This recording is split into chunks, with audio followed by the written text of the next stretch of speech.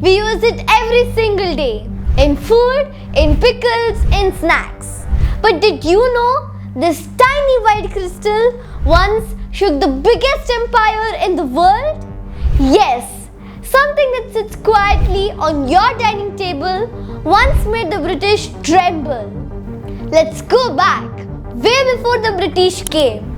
In ancient India, salt wasn't just food, it was life. Farmers and animals needed it. People used it to preserve food and even in religious rituals. Near the coasts of Gujarat, Tamil Nadu, Bengal and Odisha, people made salt from seawater. Inland traders carried salt from desert, salt lakes like Sambar in Rajasthan, traveling miles through dusty roads. Salt connected kingdoms, villages and people. But when the British took control, everything changed.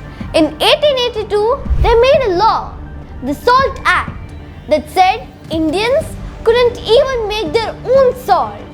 They had to buy it from the British at a price that kept rising. Imagine that. You live near the sea, but you're not allowed to touch its salt.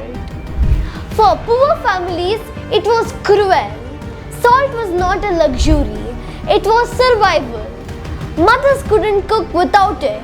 Workers couldn't afford it. That's when one man decided enough was enough. Mahatma Gandhi.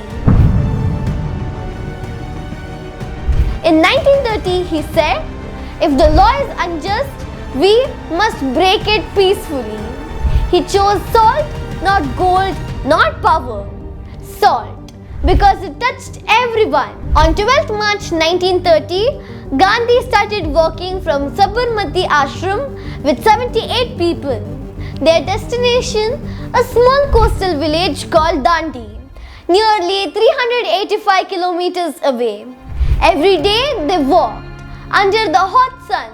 Villagers came out to see them, join them, feed them. It wasn't just a march, it was a movement. After 24 days, they reached Dandi.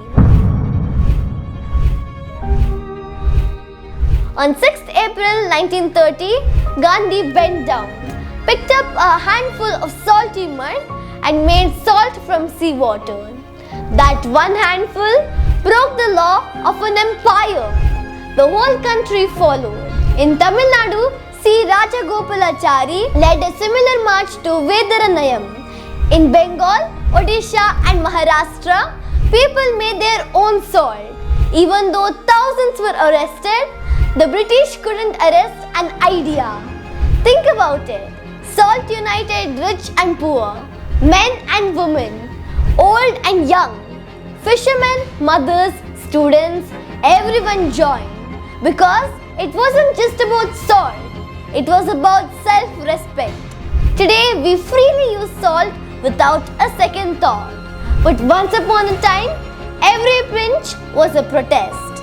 A reminder that freedom begins with courage, even in small things. So next time you taste salt, remember it's not just seasoning. It's a story of strength. A story of how something simple became a symbol of freedom. I hope you like this story. For more such amazing stories from India's past, don't forget to like, share and subscribe. Until my next video, stay curious and be proud. Signing off, Paige Pulse Bailey. See you next time.